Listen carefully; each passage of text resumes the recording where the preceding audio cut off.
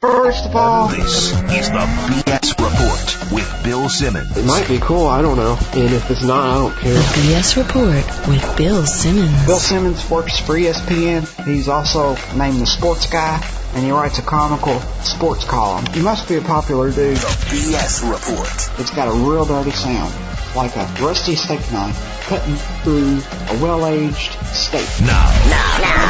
Here's Bill Simmons.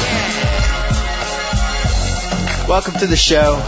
2-for-1 week here for the podcast. We're a week away from Christmas, and we're about to do the Week 16 lines. The NFL season has become bittersweet for me because the Patriots have been rolling through the league. On the other hand, I had my second kid at the beginning of November, and my picks have just gone in the tank, and it's been terrible. Fortunately, I've been holding my own against Cousin Sal. Are you there?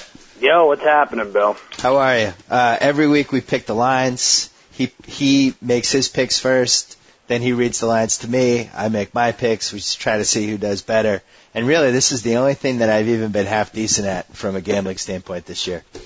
I don't know what's happening. After 15 weeks, I'm 8-6-1 against you, and here we are. So I can rally these last 2 weeks and tie it going into the playoffs. You could tie and we'll have some kind of playoff. Well, I think for the playoffs, we could pick 4 games each week, and then maybe we'll make one of the 4 games worth 2. All right. Whatever keeps you in double. contention. I'm willing to go along with it. How you feeling today?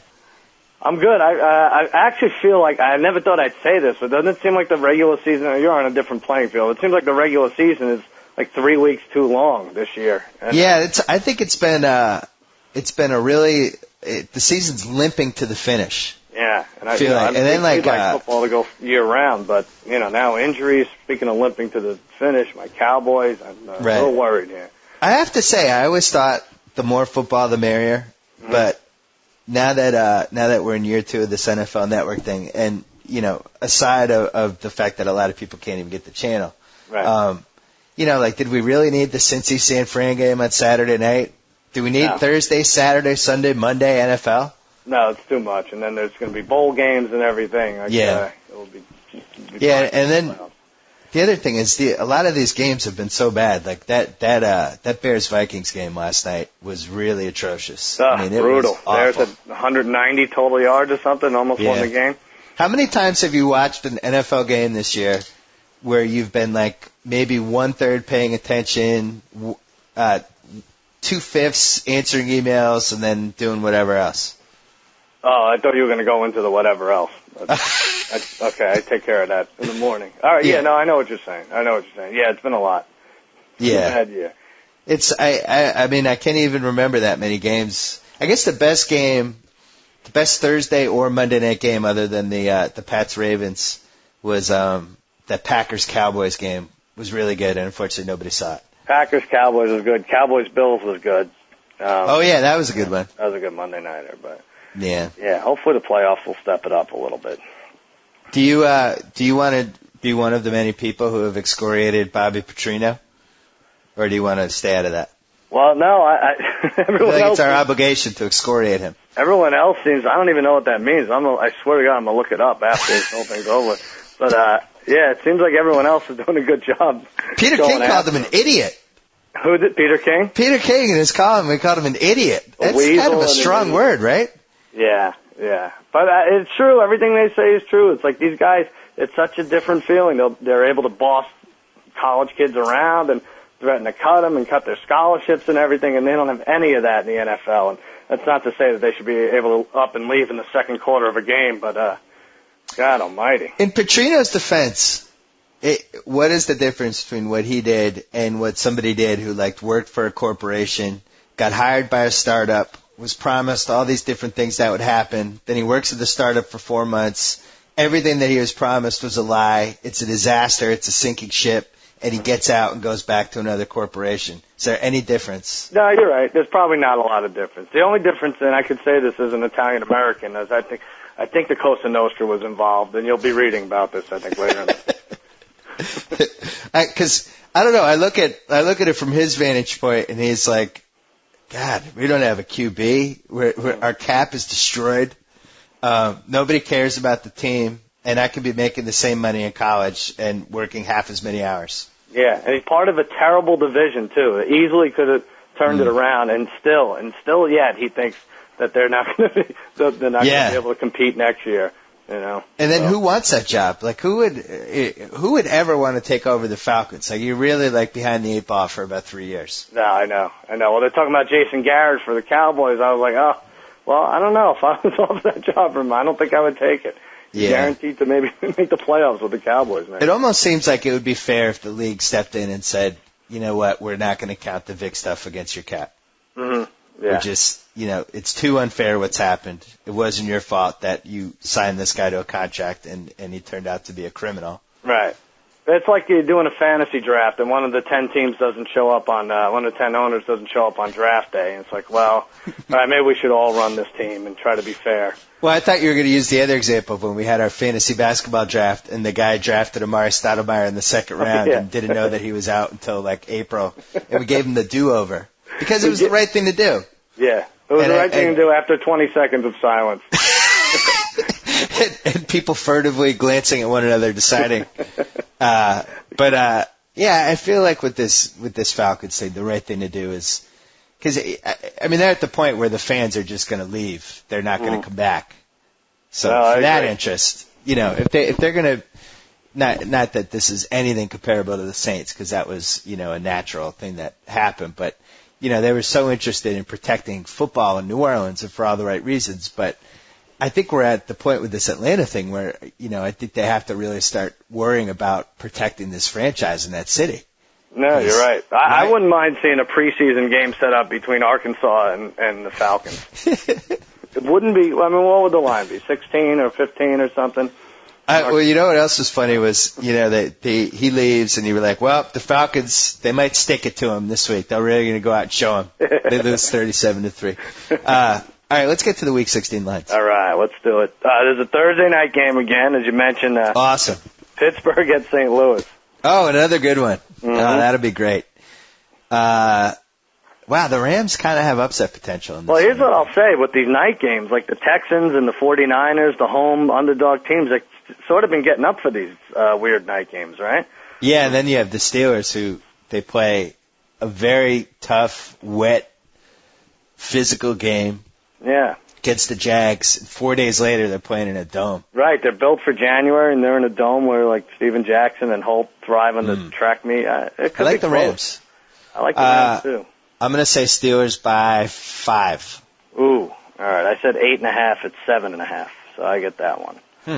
Yeah, they like them big. I know it's a long shot, but if Pittsburgh gets ousted, we could be looking at the Browns hosting the Titans in the first round of an AFC. How long of a shot is it? Like 2-3 to 1. No, I don't know. If they lose to St. Louis and then lose at the Ravens are going to be up for that game next week. So if they lose their last two and Cleveland wins the last two, Cleveland wins the division? Cleveland's got it easy. Cleveland just has to. They're tied. They're both 9-5 right now, so they only have to, gain a game on them. Oh, that could happen. Yeah, that would be fun. So you could have Cleveland as the 4 seed, and then Jacksonville as the 5 seed. I guess that would be more likely than 3 and 6. Yeah, that's what it would be. Yeah. But everybody's going to be on that Browns bandwagon.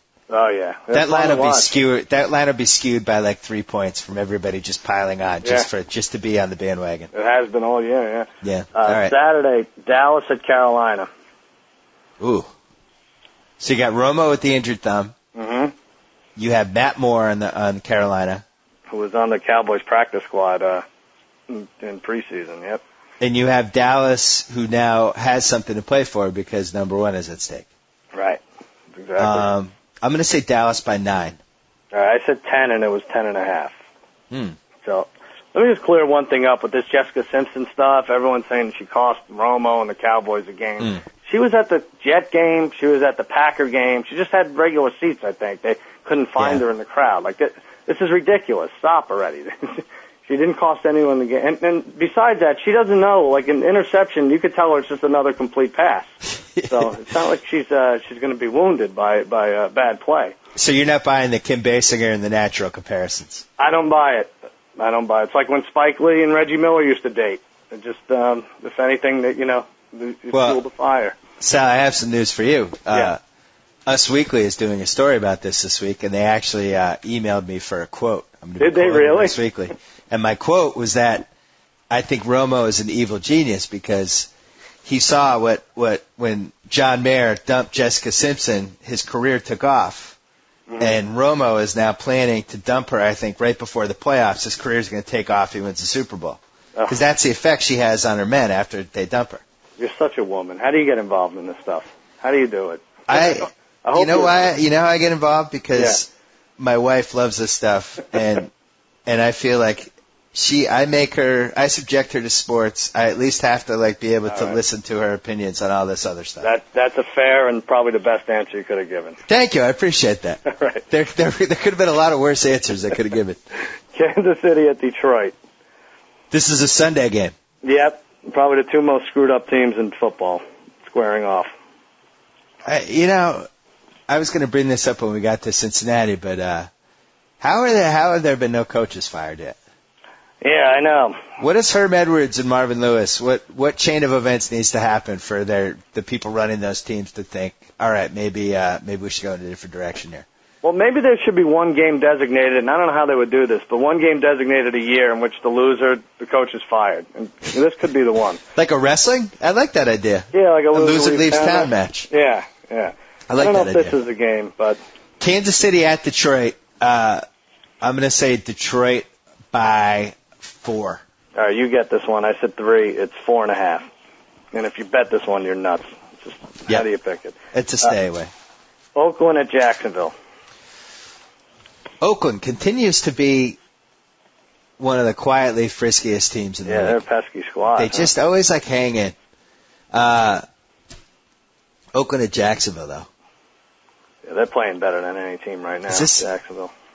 Yeah, does Jacksonville, they just run the slate and they kill everybody for 2 months? Tough. Is that where we're headed? Mm. I'm going to say Jacksonville by 11. I said 12.5. It's 13. That's a little high. I think Oakland is frisky. It is a little. It's a little high. Vargas is out for the year.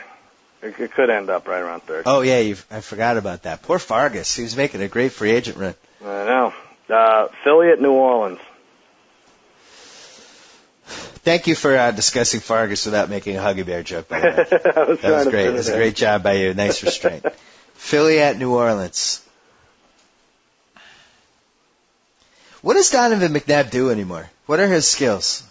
He does those soup commercials. What do you mean? What are his in-game football skills at this point of his career? Well, apparently, and I know you want to talk about this, apparently he got in Westbrook's head to fall short at the goal line. So maybe he did that. I thought that was John Runyon.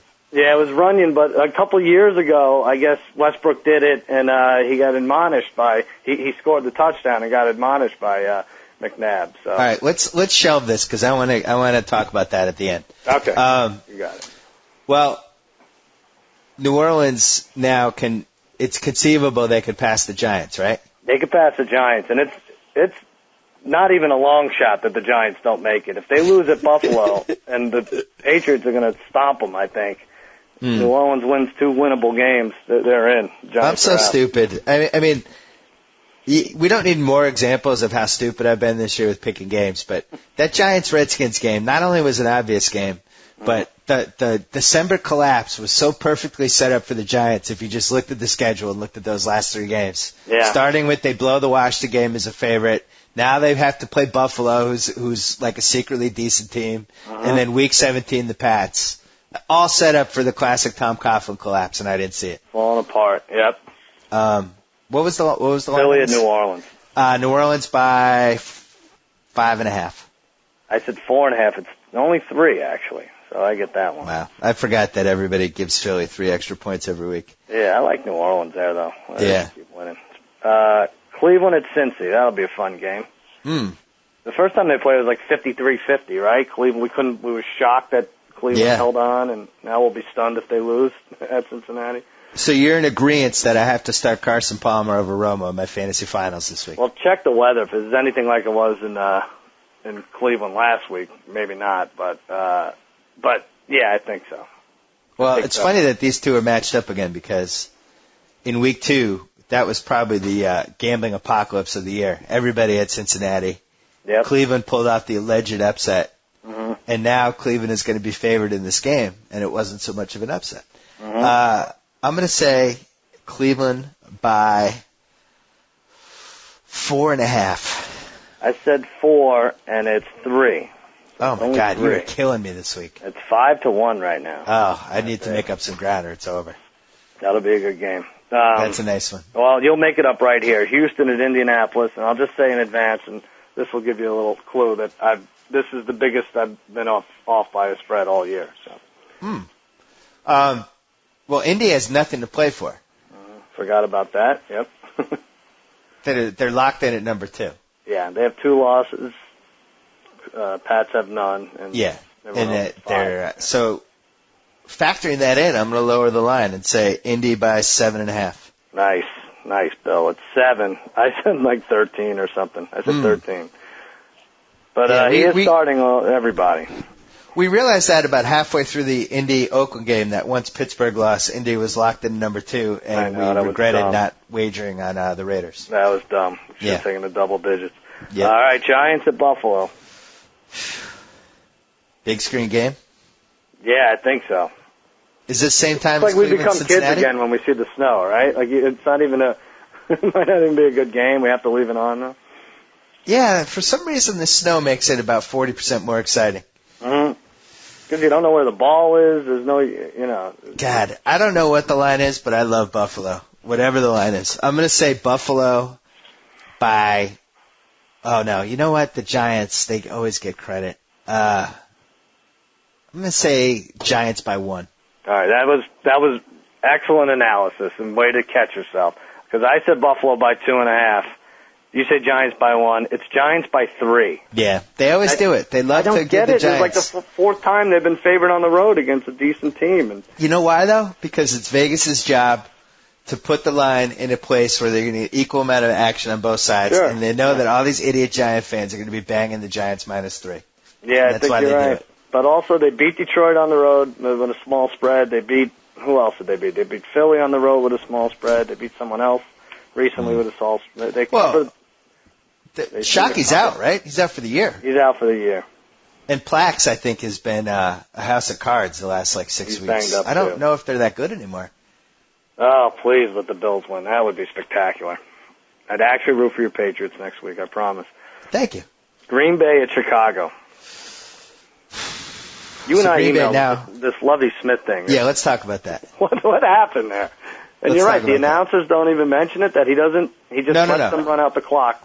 No, the announcers repeatedly mentioned it, but refused to admonish him or, Right. I'm going to use it again, excoriate. They Yeah. refused to excoriate him for really removing the possibility that they could punt to Devin Hester at the end of the game. They would have had, depending on when they called the timeout, they would have had close to 20 seconds left, right? Wow. I think what he was thinking was, you know what, I can't watch another Kyle Orton down. I just can't. I just want to go home. That might have been it, but at It'd least be try fun to if he block said that in the punt. press conference. Let's just be honest here, people. Let's just, guys, everybody remember they would have kicked out of bounds, and Kyle Orton is our quarterback, so come on. Sorry, we're looking ahead to losing to Green Bay at home. Yeah, they're playing for draft picks now. Yeah.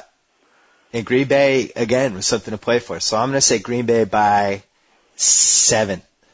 Oh, you know what? You're closer than I am. It's 9. I said 11.5. I thought it was going to be way high. But yeah, it's 9.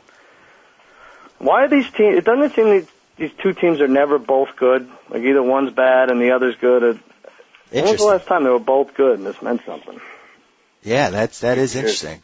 I'm trying to think of the last Green Bay Chicago game that had meaning, and I can't. Yeah.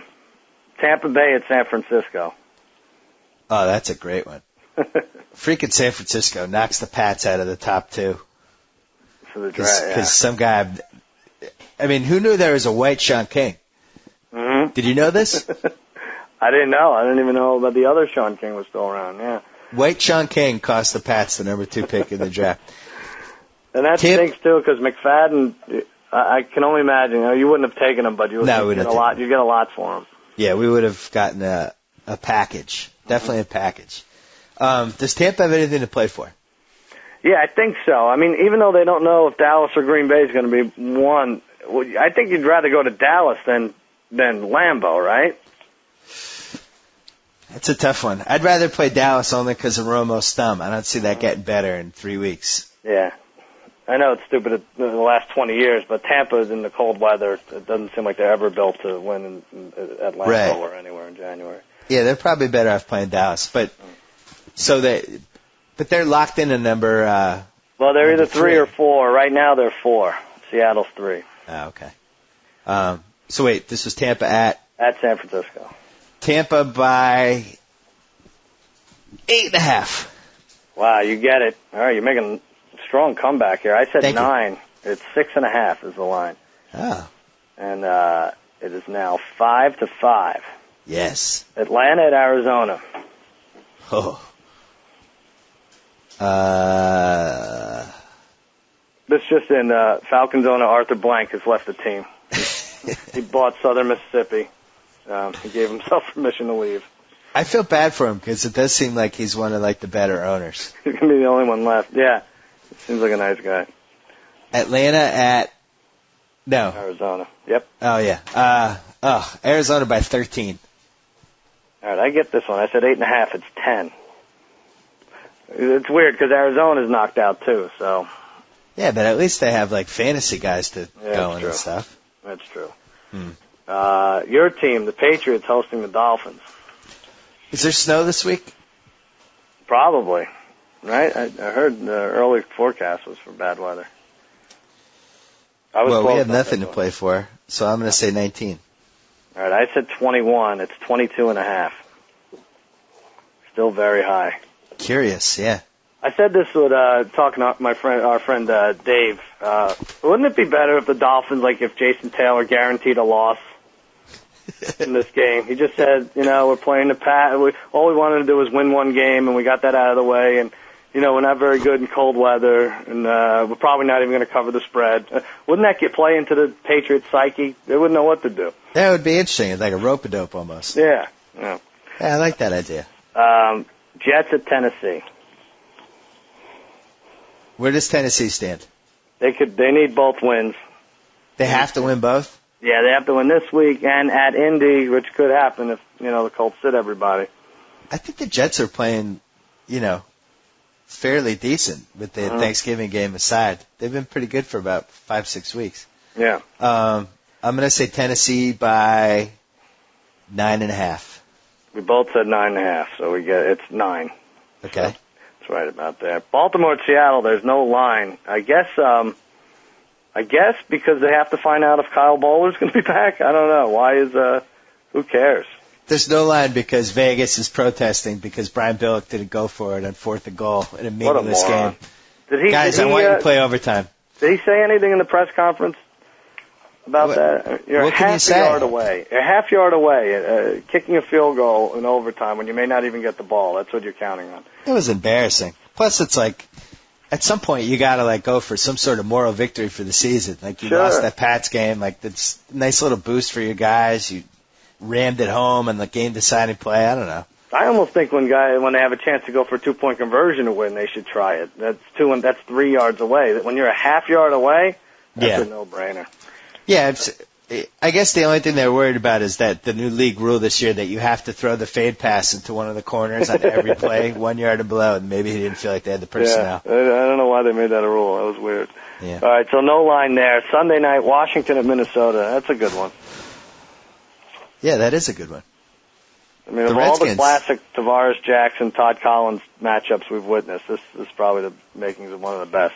Tavares didn't help his cause last night. No. Minnesota by 4.5. Ooh, I said 5. It's 6.5. Let's see where we stand. 4, 5, 6, 7, 8, 9 to 1, 2, 3, 6. You're a jerk. No, I beat you again. Yeah, you did. Yeah, sorry about that, buddy. Thanks. So that's that'll be a good game. Yeah. That'll be a good game. Really And now. Monday night, Denver at San Diego. I feel like the Falcons. I don't even want to go. I don't even want to play anymore. Oh, come on. You have the best fantasy team of all time. What do you worry about? What is the Monday night game? Denver at San Diego. You may not have to play a lot, but. God, I'm picking this against the San Diego team every week out of spite because they're just going to choke in round 1 or round 2, and that'll be the end of it. I'm going to say San Diego by 8.5. Well, you'll get that one because it's 9. I said 6.5. And I hope Darren Sproles rolls it up to 417 yards. Yeah, somebody's got to look this up. I think the Chargers have had more fantasy points from their second and third string running backs during games than anybody in fantasy history. Michael Turner is going to get a $40 million contract. Wait, what's the Corolla Bonaducci line? Corolla, all right, I'll say, well, what do you think it is? I think it's Corolla by 8. Ooh, I said 6, and it's 7. We split that. 7. So that was my last chance to jump in. All right, let's quickly talk about this Westbrook thing. Wow. Now, we were talking about this earlier, not on the podcast, that this was probably the defining fantasy football moment of all time. Yeah, that, and I'd say Cleo Lemon hooking up with Greg Camarillo is huge fantasy implications. Definitely. I mean, he's going to take a lot of crap, but he did the right thing, right? We've seen teams blow this before. But I mean, if you're giving Brian Westbrook crap for doing the right thing to win a game, then you need to reevaluate everything about fantasy football. Mm-hmm. I don't think he deserves crap. It was a great play. Mm-hmm. It was a bad luck if you had him, and it looked like he was going to run in the end zone, and he didn't. I can understand the anguish and be frustrated, but you can't blame him for doing that. It was the right play. No, it was good, and there's only a handful of players who would know to do it, but he almost surprised himself the way he stopped, which is the weird thing. You just don't think the adrenaline would when we're so used to seeing guys intercept the ball 8 yards into the end zone, and we know for a fact they should take a knee, and then they run it out to the 5 and fumble and something like that. Right. But to have the wherewithal to stop, my hat goes off to him. I've had calls from my buddy had Tony Romo, and he was screaming about the Westbrook thing because if Westbrook scores. Yep. Romo could get 1 or 2 more fantasy points, so it's like a trickle-down effect all the way. Yeah, it really was. It was, and then we were trying to think all right, people have been playing fantasy since the late 80s probably. I was trying to think of a comparably watershed moment, and I couldn't even come up with one. I can't either. So this is really the first. Wasn't there was a play once when, I remember the vague memory of some sort of a lateral.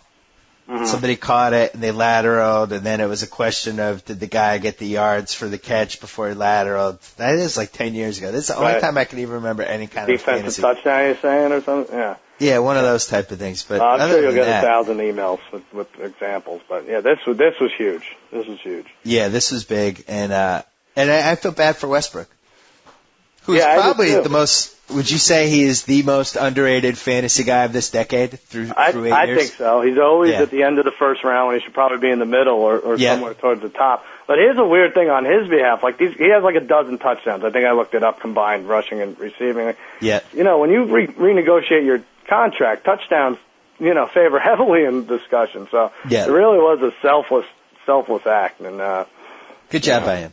Good job by him not running it up on my team. And you know that he's made it because nobody calls him Bryant anymore. Everybody calls him Brian, so you know he's made an impact. All right, Sal, good luck with Tony Romo's thumb. Happy holidays. Bill, same to you. And you can catch my mediocre picks on JimmyKimmelLive.net. When are you going back to work? I don't think it's going to be a while. I have to talk to the Letterman guys. They seem to be controlling everything. Yeah, the Letterman guys. I like how they're pulling this off. They're getting paid. Nobody else gets paid, but it's good for the strike somehow. Yeah. All right, we should cut it off because I'm probably going to say the F curse soon. All right, we'll talk to you next week. Thanks. Take care. All right, as a little holiday present to you guys, we couldn't let the Mitchell Report come and go without calling our old friend JackO for. I don't think we'll call this segment Johnny, Are You Worried yet? I think we'll just, this is called JackO's Thoughts About the Mitchell Report. So let's give him a ring. Hello, John O'Connell. Johnny! Hey, what's up, Willie? How are you? I'm a little tired. A little tired? Yeah. Are you tired because you were looking in the record books at the 2000 title and the Yankees aren't there anymore? They've been wiped off! Cheaters! I was going to say it was because I just finished an HGH cycle when I'm crashing. But, You beat me to the joke there. Sorry. Cheaters. Cheaters! I'm sorry, Johnny. It's all right. It's okay. You still won 3. You still won 3 legitimate ones. That's a good point. Not to mention the other 23. Well, I mean, of the Jeter era. Yes. Only one of them is really officially tainted. Well, that's a ridiculous statement to say it's tainted. First of all, Pettit allegedly didn't start doing it until 2002. Of course. Same thing with Knobloch. All of these guys allegedly only did it twice, and it was allegedly only because they were injured, and they allegedly wanted to just see, and then they allegedly figured out that it was bad and felt bad. Nobody ever just said, yeah, I did it. No, it's true. Everybody does say that. It's all because of injuries. And yeah, it's all injuries. That's so like they just bought it, but they didn't really use it. Yeah, exactly. They just bought it. Exactly. It was in their locker, but then they realized needles were involved. Dave Justice, that was a good one. Yeah, I like the needles one. That was one of my favorites. Really? I thought it was like Benadryl. I just took a pill. Well, and then they have the other one of like, 5 years ago, we didn't really know what HGH was. Right. It stood for human growth hormone. Right. I think you kind of had an idea it might not be a good thing. It's not Exactly. something you see next to the Flintstone vitamins at Rite Aid. No, it's not over the counter with the aspirin. Exactly. All right, let's go. Your favorite, a couple categories for you. Your favorite thing about the Mitchell Report. Well, I don't know that I had one. It was, I frankly thought the whole thing is kind of ridiculous. What am I going to say as a Yankee fan? But one thing is that it's very New York centric because basically the two guys that the government squeezed were the Mets clubhouse guy and the Yankees trainer. Yeah. So, to say that that's the tip of the iceberg or just scratches the surface, it doesn't even begin to explain it. There's thousands, probably hundreds of other guys that took steroids and were smart enough not to do it through the clubhouse guy in the Mets and got them through other methods because I'm told, I don't know this, but I've read places and been told by people that apparently if you go to like South America, you can walk into any drugstore and they literally do sell this stuff like right next to the aspirin. Yeah. Which is what guys always do apparently when they play in San Diego. You go right across the border and fill up on your order and drive back across the border and you're all set. So it's very New York centric, and that they only have these guys that were dumb enough to go through the Mets clubhouse guy or the Yankees trainer. I just thought that the whole thing was, talk about an incomplete report. It's just like a snapshot, I was very disappointed. I told you that it was going to be anticlimactic, and I think I turned out to be the case, except for Clemens and Pettit, which were obviously the big ones. But the other guys on the list, Josias Manzanilla. Well, also it was so sketchy, some of the involvements. Somebody told somebody that he was thinking about steroids, so that guy's on the list. It's rank hearsay, yeah. Yeah. And I understand that they wanted to put heat on the union, and the union wouldn't let these guys talk to them, so they can't come out and be like, it's a farce. And of course, no one's going to sue for slander because, they're not going to do that. But it is kind of ridiculous. Not to mention that George Mitchell's a director of the Red Sox, and conveniently there was no Red Sox mentioned, but I had to throw that in there, obviously. Move on. No, that's a good point. But wasn't it from his time with the Mets? Yeah, but... Yeah. Brandon Donnelly, Gagne, but they were Red Sox after the fact. Yeah, I was disappointed. And, I think I would have been disappointed either way, because if there were more names on it, and they were names of people I liked, I would have been disappointed as well. But as I'm sure you're well aware, there was a lot of fake lists going around. There was a fake list that was on some New York news site, and there was like fake lists and comment sections of ESPN. The fake lists were much more entertaining to me. I agree. I like the fake list that had Rich Garces on it. It was exactly. The tip-off that it was a fake one, and that people still ran with it. That was a great one. Rich Garces. You're right. Yeah, there couldn't be a less likely candidate. If whatever steroids Rich Garces was taking, they weren't working. Maybe it was the steroids from all the hamburgers that he was eating. That was just naturally in the cows. Exactly. Pushed up his steroid count. Right, the steroids they give to cows to make them bigger. Exactly. Yes. Yeah. I don't know. I just feel like after the McGuire-Sosa home run chase was tainted, followed by the Barry Bonds, for anybody to say like, "Wow, this is a dark day for baseball," like it's been dark for 5 years. Who are we kidding? Right. And every columnist likes to get on his or her high horse and lament the sad state of affairs and be holier than thou and oh my God, I'm shocked. These players, boy, they did bad things. I'm amazed they're not always in church and helping the homeless. Give me a break. The thing I don't like is, and I've written about this, but the Hall of Fame, we need to reinvent a little bit. We need to include some of these guys who have cheated. And it just should say in the plaque. Right. It should be part of their history. Like, if the goal of the Hall of Fame is that you go there and you learn about baseball and you learn about the history of the sport, to say that these guys aren't involved in that history is insane. Exactly. And I mean, to say that does it create a competitive imbalance? Probably, because, the guy has more stamina in September and October. He doesn't get as tired. He's a little stronger. Warning track power is now home run power. I understand all that, but you could take me and shoot me up on HGH for the next year and have me work with 5 personal trainers. I'm not going to be able to hit a 98-mile-an-hour slider, Right. or a curveball. So there has to be some God-given ability to begin with. And if they work that great, then we should be arguing about Josiah Manzanilla's Hall of Fame credentials, which we're not going to be doing anytime soon. Well, I mean, these middling players took it. Maybe that kept you in the game, in the show, but notice my baseball terminology there, in the show. Yeah, but it's like what they always said about wrestling. Like, the guys who took the steroids weren't the guys you thought. They were the guys like Roddy Piper, who looked like he wasn't taking steroids. It was like the guys who weren't built like wrestlers that had to do it. Yeah, you have to get there to survive, I guess, to stay in the game, Would you have taken steroids to help your stickball career in college? I probably would have, yes. You would have done one cycle, right around spring weekend? I'm not sure how HGH would have mixed with Keystone Light, if that would have affected my game at all. Yeah, and the other thing, back to the Hall of Fame. Back to the Hall of Fame, I think the 2000 Yankees should still be in there. Thanks. They won the World Series. I mean, it happened. You're not going to take the trophy away? It's good to know. It happened. They cheated to get it, but it happened. That's why I love the fake list, because there was a lot of 2004 Red Sox. I was hoping they could hang a big asterisk on that. The biggest choke in history would have an excuse, but unfortunately, as far as we know, it does not. So. Well, I have to say, my dad and I were talking about this for the whole week leading up to it. The only 2 names I didn't want on there, I didn't care who else was on. I mean, seriously, my mom and my stepdad could have been on there and I wouldn't have been upset. But David Ortiz and Pedro were the 2 guys that I was just, if either of those guys had been on, I don't know what I would have done. Right. I think I would have had to really reevaluate all of the thoughts I've had about baseball. I mean, the only really big, great Red Sox was Roger Clemens. I mean, the guy's a lifelong Red Sox, he's the most associated Rookie of the Year, MVP, 20 strikeouts. I mean, he's a Red Sox, really, first and foremost, before anything else. So, here's what kills. I can't even put that out with a straight face. The other thing you were saying how incomplete it was. There were a lot of guys that weren't on the list, and a lot of guys who had these suspicious home run spikes that didn't make it. And I wonder if the definitive truth will ever really come out. I mean, was Brady Anderson on there for one?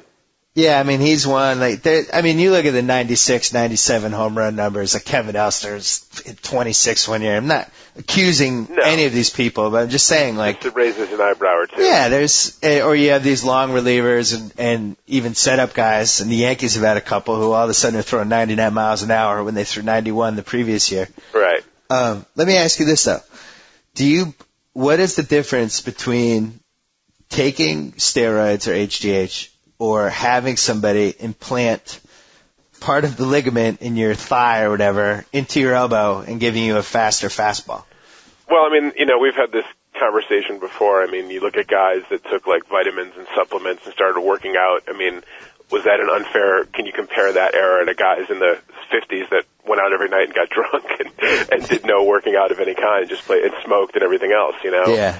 I mean, I guess what somebody would say is that steroids are illegal, and the government has determined that they're illegal for a reason because of health risks and what have you. So I guess when you go into the realm of illegality, that crosses the line. Yeah, I'm with you on that. And I don't know how you can compare all these things anyway. Babe Ruth was going to brothels and drinking whiskey every night, eating 20 hot dogs or whatever, Right, but that was a competitive disadvantage. It was a competitive disadvantage, and he still put up those numbers. But can you compare a guy and say, well, Maris was better than him in an era when, maybe there was some semblance of more cleaner living, more fitness, what have you. And then a guy like in the, I'm trying to think of a time that wasn't tainted by steroids and say like the 80s or something. But, guys started working out full of 12-month regimen of working out and everything else, I mean, can you compare those eras? I don't know. I think the only thing we can safely say is that from like about 1967 to 1976, the sport was relatively clean. Probably. There wasn't really any way you could have cheated other than corking your bat, I guess. Yeah, and that's the thing. I mean, if you're, Gaylord Perry's in the Hall of Fame. Yeah, I guess that he's somebody who cheated. I mean, he cheated, and he's in the Hall of Fame, but you're not going to put Clemens in there because he took these supplements. I mean, which affected the game more? Putting Vaseline or emery board on the baseball, or having more muscle? Didn't Ty Cobb bet against his own team once, so there's that whole gambling scandal within that time? Yeah. Yeah. And then the Black Sox are out, and he's in, It's all very subjective. Yeah, I think that, you know what needs to happen, Johnny? Remember the Man in the Mirror song by Michael Jackson? Yes. You gotta stop looking out, you gotta start looking in. Oh no, what song was that? That was Van Halen. Well, however Man in the Mirror went, I think Cooperstown. Yeah. I think they need to look at the Man in the Mirror. They do, absolutely. You look at, track and field has basically been ruined. Bicycling it can no longer be taken seriously as a sport. Right. I guess we call it cycling. Bicycling, I don't know what that would be, the preschool version of cycling. Football, God only knows what those guys are taking. Right. I mean, really. Like, I think everybody just kind of looks away on that one. Nobody even wants to acknowledge it. Sean Merriman got caught last year, right? Yeah. And I know this is painful to bring up to you, but Rodney Harrison got caught this year, right? Yes, he did. Rodney's a cheater. And he's right in the game, and nobody's killing them. Do we expect football players to be like sort of on the line of criminality, and we expect more from mom and apple pie and baseball in America? Yeah. Well, you got football, track and field, cycling, and professional wrestling, which is basically half the guys who were famous 10 years ago are dead. Right. I don't think baseball was really a big shock to my system. Yeah, I mean, these people that are like, tears in their eyes, and you're 40 years old. I mean, it's the way life works. I hate to break it to you, but it's not like it's a wonderful life, Not to be too Debbie Downer here, but it's a fun holiday conversation, Johnny. Yeah, really. It's a business. There's millions of dollars there at stake, Yeah. I have to be honest. But I think some of these guys might cheat on their wives too. What did you, speaking of cheaters, did you see A-Rod's 60 Minutes interview? I did not, no, I missed that. Did you see the clip of it? I did, part of it, yeah. Did you see the way the left side of his lip curled upwards as he denied that he had ever done anything? I did not see that part, no. I didn't study it like the Zapruder film as you apparently have. Oh, I did, Johnny. Did you break it down frame by frame? You know what's amazing about him is how rehearsed he is just as a human being. Well, I will admit that he's almost like a politician. He's exactly like a politician or like a corporate spokesman. He's like one of these guys that comes out and says, like, smoking doesn't cause cancer or whatever, he's very well rehearsed. He's well trained. He could be a lobbyist or a politician after his playing days are over. Like Katie asked him about the Mitchell report. The best part was that Katie Couric was the one lobbing softball questions at him, but A-Rod had this response like, "Oh, I'm shocked, just like it was just like so mock shocked or mock upset about the whole thing." Although I must say I did like his almost real answer of saying, "Well, I've never felt the need to take steroids because I've never felt challenged on a baseball field." Like it was like the real cockiness wanted to come out almost, like there was a hint of honesty there. Like, I'm so good, I don't need to take steroids. How about him and Boris not speaking? Yeah, it's troubling. One of the top 10 celebrity breakups of 2007, in my opinion. It really is. It's up there with the Trisha Parisa feud. Who do you pick in that one? Hey, are you watching The Hills or no? Yes. I didn't see the last one, though. I DVR'd it, but I haven't watched it. You know what's amazing about The Hills? They're running this movie now where Lauren looks back at her 3 years as an MTV icon or whatever the hell she is. Right. And in 2 hours with commercials, so it's really like 80 minutes. Okay. You can really catch up on 3 years of this terrible show that I can't believe I've ever seen an episode of, and catch everything that's ever happened, every major plot twist, everything, in about 80 minutes. I wish the last 3 years of my life could be encapsulated in 80 minutes. I'm not sure it could. Coming so up from the streets to podcast star. I mean, it's really it's a great movie. After last week when I said you only had 8 fans, I got 3 more emails, so you're up to 11. It's fantastic. We're shooting for 20. Come on, people. It's like Jerry Lewis on the telethon. Get me to 20 fans. Right now I'm in a tuxedo with a tie untied. I'm just looking for 9 more fans. What are you watching during this writer's strike? I don't know. I'm trying to think. I watch a lot of like cable news channels. I'm kind of a political junkie. I watch Fox News all the time. I don't really watch that many scripted shows. I like The Simpsons. I watch that. Yeah, you let me know when you're ready to discuss your political bent. I personally think it hurts your career as a podcast star. I think so. I think you're better off. Lose fans. It's better if people guess, I think.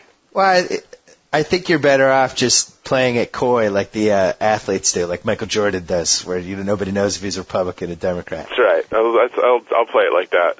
It's I've often been compared to Michael Jordan in many ways, so this is yet another.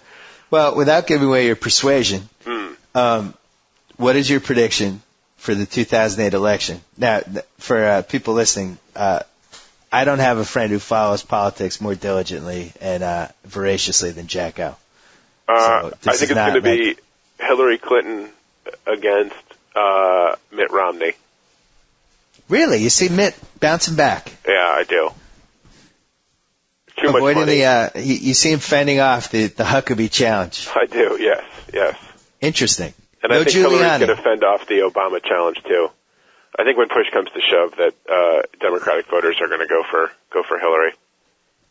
You know what the real reason, though, is that everybody secretly really misses having Bill Clinton in their life on a day-to-day basis. I'm convinced. That could well be. Because, that if you're looking at valid reasons to vote, just having Bill Clinton in this first gentleman role where he's like traveling and kind of secretly resentful that he's not the president anymore, from a comedy standpoint, off the charts.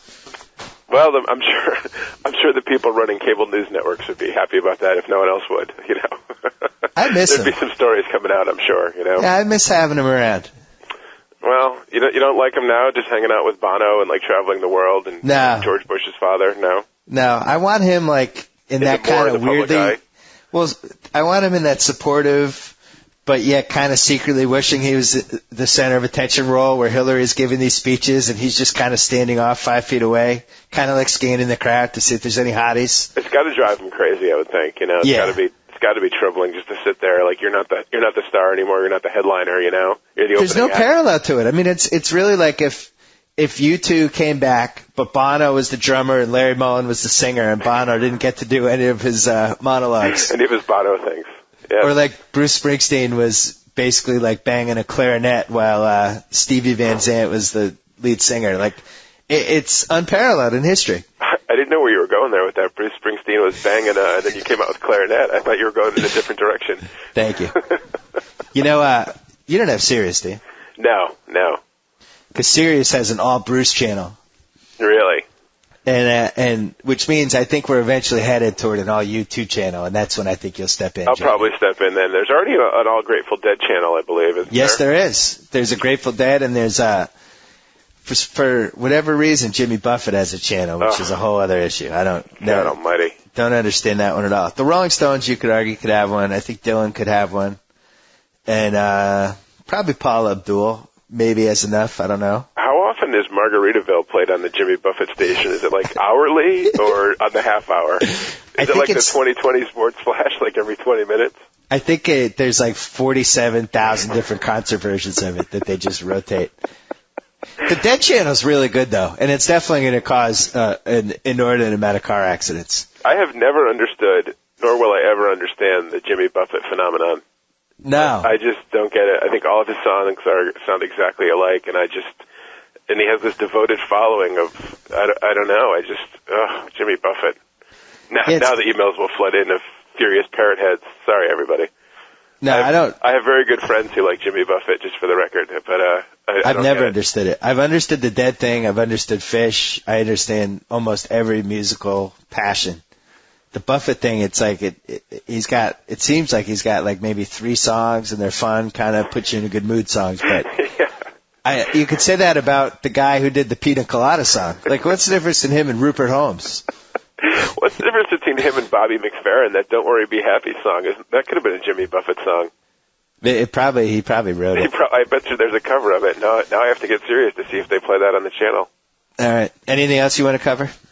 No, I'm pretty much spent. You really sound down in the dumps. Listen, the 2000 Yanks are still the champs. You know, I don't think you can't really be that depressed about it. On a serious note, I got out of work early the other day because there was a blizzard here in Connecticut, and I was driving home in the blizzard, and I'm listening to Mike and the Mad Dog, and they had George Mitchell on, and he's just droning on about all these Yankees, and I'm driving home in the blizzard. It took me 2 hours to what normally takes 30 minutes, and it was a dark day. Yeah. All these Yankees, and I hate the snow, and just troubling all around. So. All right, Johnny, we'll try to rally for 2008. You got 11 fans that are we still don't have Johan Santana. I don't know. Just you got Kim Hank Ill, whatever, Kim Hank 2, whatever. Hank, just go get me Johan for Christmas. I need something. Come on, Hank, I need it. Come on, baby. All right, you heard all right. it. JackO, as always, thank you. Happy holidays. Same and to you, we'll talk friend. to you in 2008. Excellent. All the best. Take care. See ya. So I get to Santa. Whoa! Thank you for downloading the BS Report with Bill Simmons. Too much fun. Check out more podcasts at the iTunes Music Store or at Pod Center at ESPNradio.com. Peace out.